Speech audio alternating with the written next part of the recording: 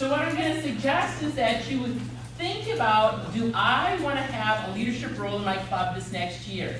And tell us why. And you write it down, just like people who are running for office. You can go to their website or get their mailing in the mail that tells you why they think they should be elected or why they're interested in being mayor or governor or senator or president. So we have a form to do that, and it just so happens that the information I received, I got from your club leaders about your club officers with their responsibilities. So I need, again, 2 volunteers from this side who have not come up, and 2 volunteers from this side who have not come up. Come on down. 2 people from this side who have not come up yet. 2 people from this side who have not come up yet. One of these every youth on your team. Pass up one of these every youth on your team.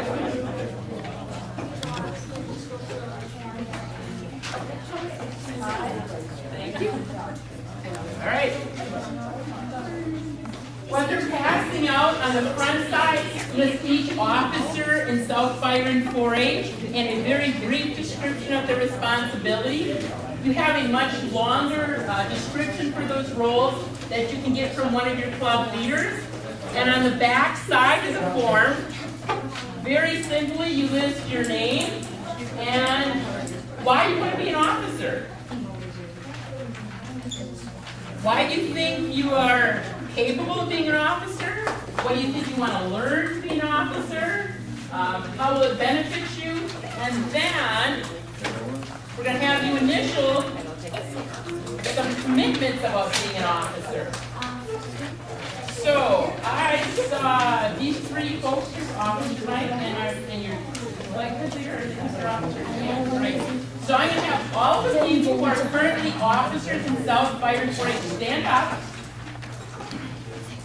And on the back side of the sheet, about halfway down, I'd like you to start and read the first one out loud, and then you read the next one out loud, and so on, so they see what these are.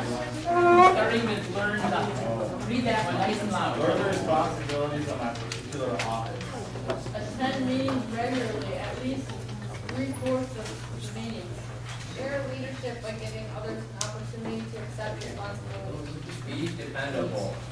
Help plan the yearly program that is in the interest of others. Rock closely with other officers, members, leaders, and parents. Make meetings worthwhile and private meetings early and be prepared. Listen to others' ideas and suggestions. Try new ideas. Fantastic. Thank you very much. Let's give a hand.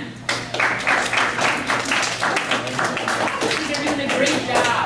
So what we're asking is people who want to run for an office give a brief description why, and then initial to say, yes, this is what I'm going to try to commit to do if I'm elected an officer. So again, you can decide to use this or not. If you do, there's a little information at the bottom. You can fill in about who you return these to and by when, so that everyone has a chance to read them. Any thoughts about this?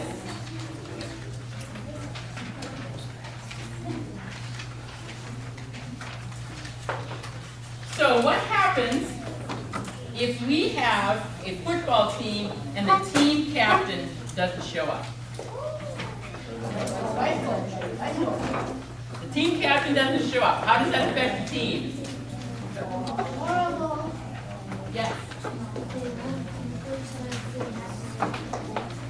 They're losing some leadership. They're losing. I mean, what if the quarterback didn't show up?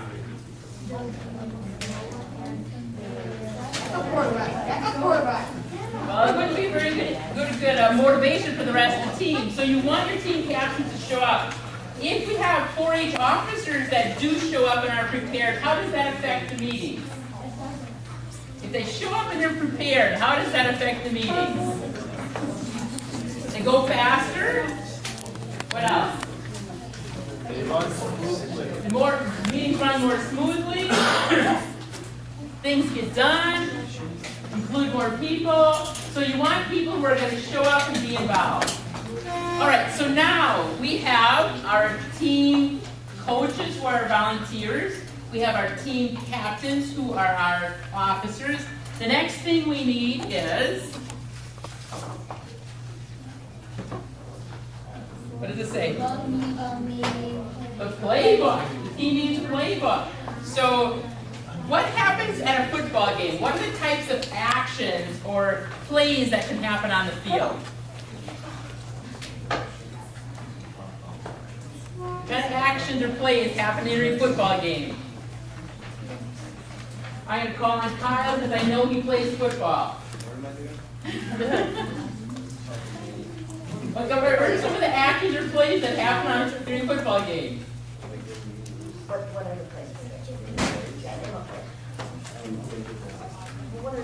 What are things happen during a football game that you see when you're watching it on TV or when they're playing?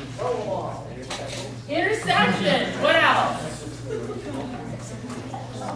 What else? Touchdowns. Fumbles. Fumbles. Tackles. Field goals. That's what you're going to say. So all kinds of plays. What if you are watching the Packers and every play was exactly the same and fumbles didn't count? Boring. It would be boring. You'd be yawning. You'd be snoring. You'd be flicking the channel to something else. Would it be fun if you were a player? No, because you always knew what's going to happen. So by having a variety of plays, it provides a challenge, an opportunity, and fun and variety.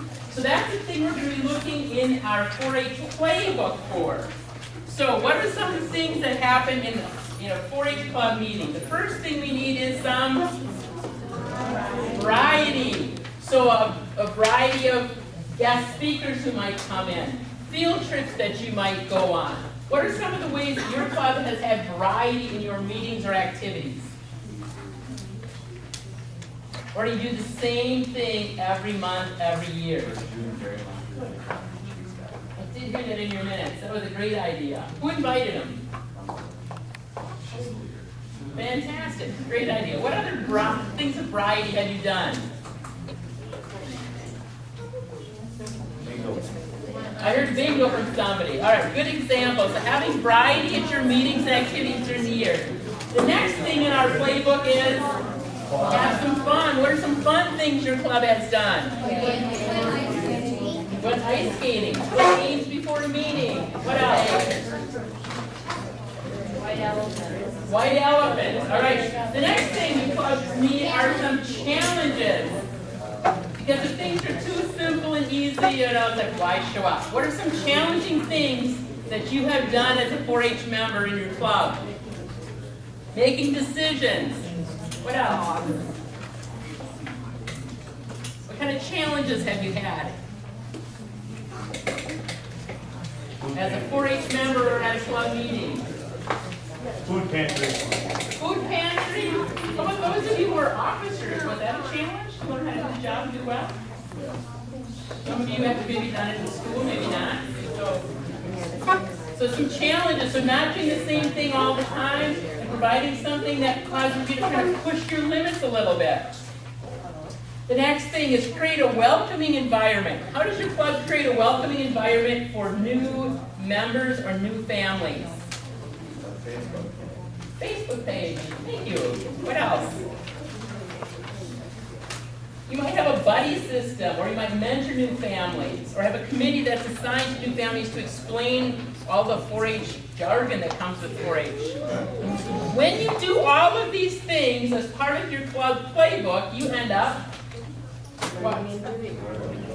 Learning and doing, which is similar to what? The 4-H model, learning by doing. So, for tonight, we are putting together a winning team for South Byron 4-H.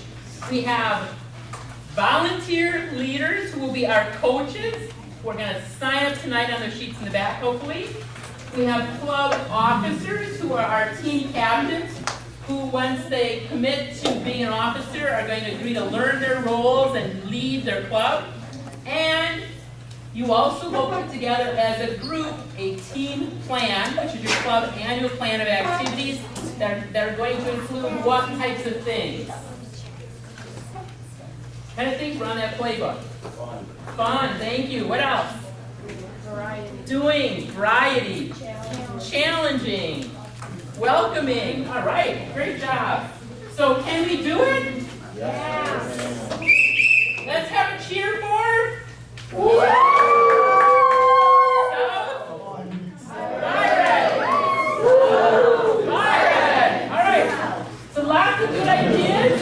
Now, what I invited you to do for tonight was to come prepared to participate by wearing your favorite team shirt or 4-H shirt.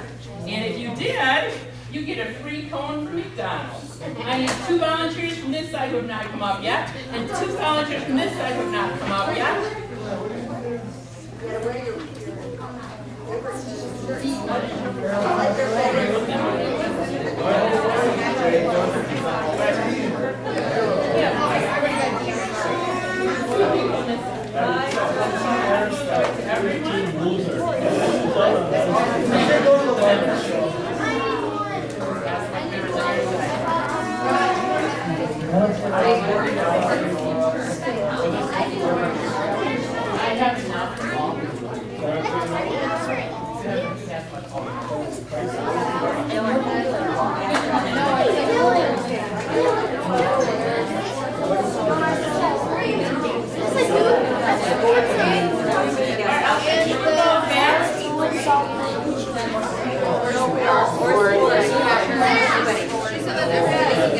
Everybody gets it.